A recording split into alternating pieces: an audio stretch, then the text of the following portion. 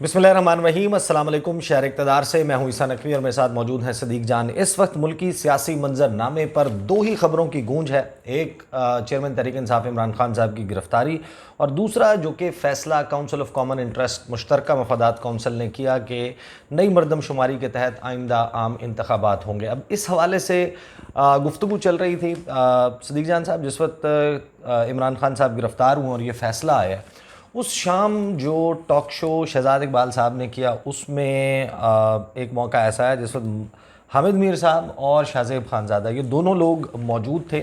जो गुफ्तगू वहाँ पर हामिद मीर ने की है, शाहज़ेब खानज़ादा ने की है, मेरा ख़्याल है कि वो बहुत इंपॉर्टेंट है और उसको डिस्कस करना बहुत ज़रूरी है कि जिस वक्त वो लोग जो कि इमरान खान के बड़े नक्काद समझे जाते हैं, जिन्होंने तोशा खाना वाले मामले के ऊपर बहुत गुफ्तगू की है, इमरान खान को वो मीडिया प्रेडेटर कहते हुए नहीं थकते, अब अचानक उनके लहजे में, उनकी गुफ्तगू में तब्दीली, ये तब्दीली बड़ी अजीब व गरीब है कि मीडिया फ्रीडम्स के हवाले से भी और ये जो तोशा खाना वाले मामले पर इमरान खान को सज़ा और नाअहली का मामला सामने आया, इसके ऊपर जिन अल्फाज में और जिन पॉइंट्स की बुनियाद के ऊपर तनकीद की बड़ी माना रखती है। सदीक जान साहब, थोड़ा सा लंबा हो जाएगा लेकिन मैं ये रखना ज़रूर चाहता हूँ क्योंकि जो गुफ्तगू हामिद मीर साहब ने फरमाई है इन दो मामलात के ऊपर, दैट इज़ वेरी इंपॉर्टेंट। और उसके बाद ट्विटर के ऊपर मरियम औरंगज़ेब और हामिद मीर साहब आमने सामने, और इस टॉक शो में जो शाहज़ेब खानज़ादा करने की कोशिश कर रहे थे उसको हामिद मीर ने काउंटर किया। सो अगेन दिस, ये जो पूरा एक तीन कोनों वाली ये जो मुसल्लस हमारे सामने, ये बड़ी इंटरेस्टिंग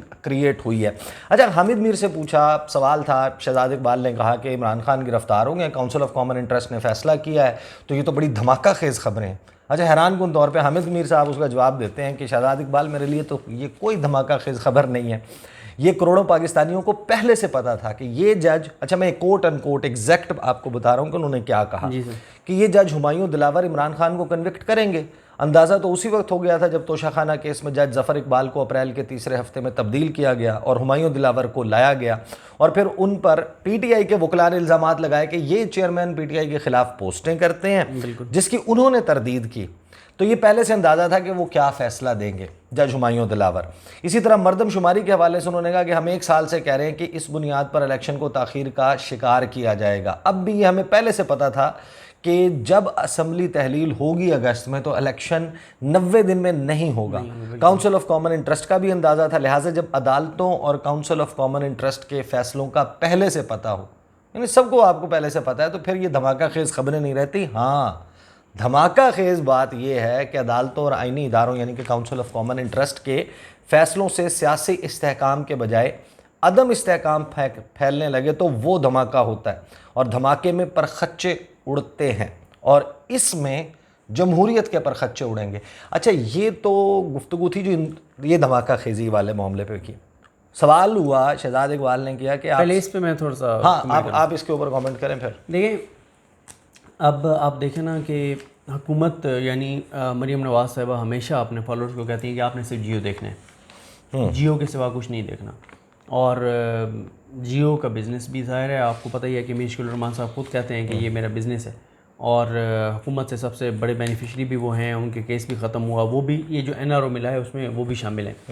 तो अब अगर जियो पे हामिद मीर साहब ये गुफ्तगू कर रहे हैं कि सबको पता था, और ये गलत नहीं कर रहे, क्योंकि देखें वो ये था कि उस दिन जब ये फ़ैसला रिटर्न आया था तो पैराग्राफ नंबर 17 ने वाज़ेह कर दी थी सूरत हाल, और बच्चे को पता था कि कल कन्विक्ट हो जाएंगे। और उसी रात अदनान हैदर साहब के हम प्रोग्राम में थे और उनको मैंने कहा कि 110% इमरान खान नाअहल होने जा रहे हैं और गिरफ़्तार भी होने जा रहे हैं, क्योंकि इलेक्शन कमीशन के वकला ने, हमारे कुछ रिपोर्टर्स, वो ज़ाहिर है हमारे रिपोर्टर्स वो ट्विटर पर बहुत उनकी फॉलोइंग नहीं है, जो ज़्यादा फॉलोइंग वाला कोई लिखता है तो वो बहुत हाई क्रिएट हो जाती है। तो उन्होंने आई थिंक ये फ्राइडे को या थर्सडे को उन्होंने, यानी हफ्ते को फैसला आया, जुमेरात जुमे को उन्होंने इलेक्शन कमीशन के वकील से पूछा कि क्या, उसने कहा 3 साल की सज़ा होगी, जेल जाएगा खान, डिस्क्वालीफाई भी होगा और जुर्माना भी होगा, यानी फुल जो सज़ा मुमकिन तौर पर हो सकती थी इसमें, वो मुकम्मल सज़ा जो है वो जज साहब ने दी है।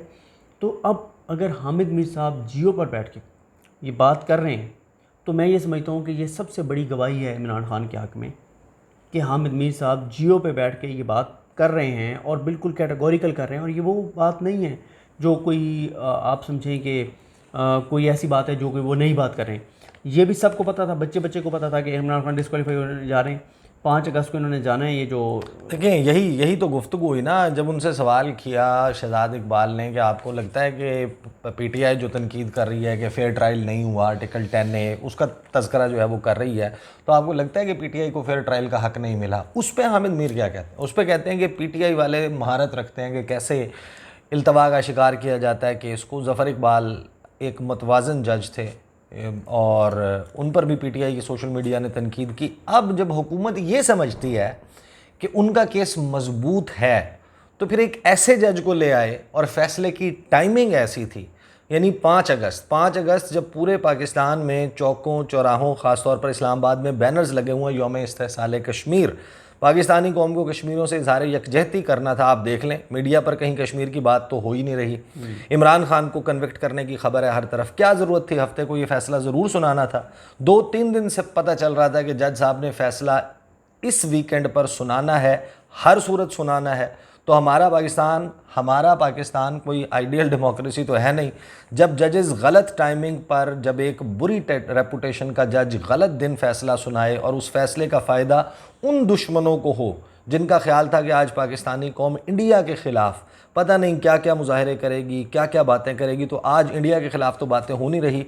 आप देख लें हर तरफ इमरान खान के बारे में बात हो रही है। अच्छा, इस पर कमेंट करना। उसके बाद जो मीडिया वाला मामला है ना, और मरियम औरंगज़ेब के साथ जो उनका यूँ समझें कि वो आमने सामने आ गए, ट्विटर के ऊपर भी लड़ाई हुई है, आपने वो ज़रा बिल्कुल देखिए ये जो वो सारी बात कर रहे हैं ना, वो वही बात कि ये चीज़ें सारी पहले से बिल्कुल नज़र भी आ रही थी कि ये चीज़ें होने जा रही हैं।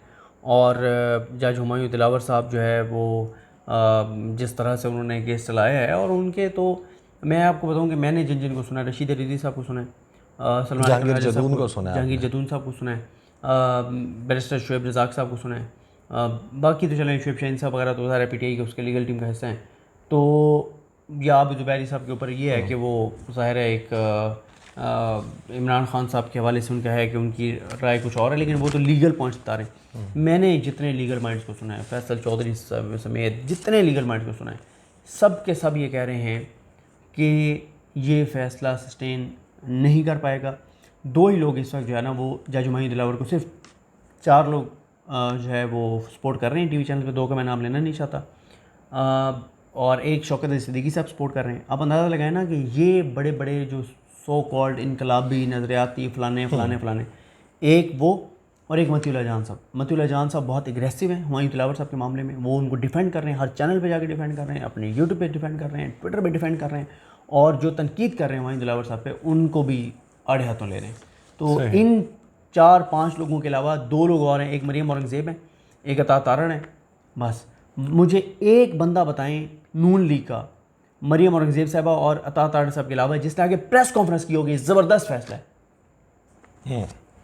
अच्छा, इसी आप जरा नून लीग वाले में आपके तो अच्छे ताल्लुकात हैं, पूछे ना कि मरियम औरंगज़ेब को किसने कहा कि प्रेस कॉन्फ्रेंस करो, और अता तारण हर पेशी के बाद कहाँ जाते थे, और चैनल्स को क्यों अता तारण की प्रेस कॉन्फ्रेंस दिखानी पड़ती थी। अच्छा, यहीं पे ना सदीक इसी प्रोग्राम में जो गुफ्तगू चल रही थी उसमें शाहज़ेब खानज़ादा से भी सेम क्वेश्चंस हुए।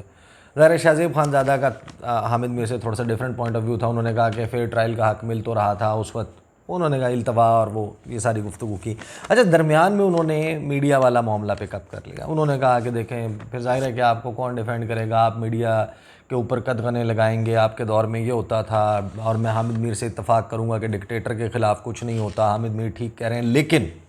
लेकिन करके जनाब उन्होंने कहा कि इमरान खान वो है, जब 2014 में एक डिक्टेटर के ख़िलाफ़ मुकदमा चल रहा था तो उस वक्त उन्होंने धरना किया, हुकूमत कमज़ोर हो गई, उसको सज़ा नहीं हो सकी, और जब वक़ार सेठ ने फ़ैसला दिया तो उस फैसले के ख़िलाफ़ अपने वज़रा को खड़ा कर दिया। वज़रा ने कहा कि ये पागल है, उसको पागल डिक्लेयर कर दिया, उसके ख़िलाफ़ चले गए फ़ैसले के, और मीडिया के ऊपर इतनी पाबंदियां लगाई, आप मीडिया को इतना कमज़ोर कर देंगे तो। अच्छा, अब वो जब शहजाद इकबाल ने हामिद मीर से बात की ना, तो Hamid Mir came up very differently.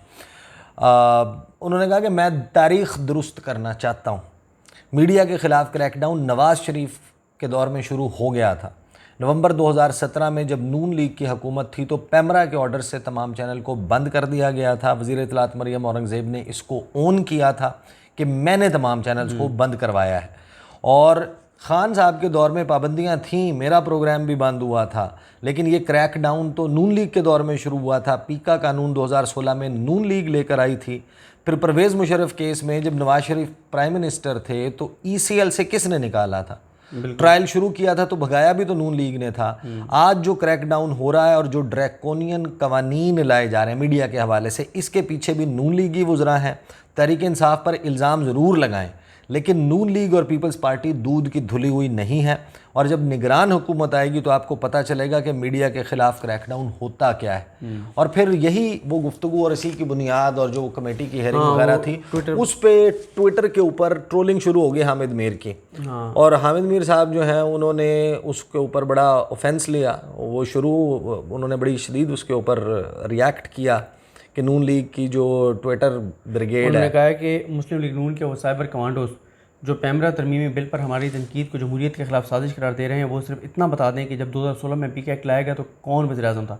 2017 में मरियम औरंगज़ेब वाला उन्होंने जिक्र किया और उन्होंने कहा कि तहरीक इंसाफ PK तरमीमी ऑर्डिनेंस 2022 लेकर आई तो उसे मैंने अदालत में चैलेंज किया। उस वक्त मुस्लिम लीग नून मेरे साथ पटिशनर क्यों बनी, उन्होंने ये बात की। उसके बाद फिर मरियम औरंगज़ेब साहिबा ने जो है वो एक ट्वीट किया।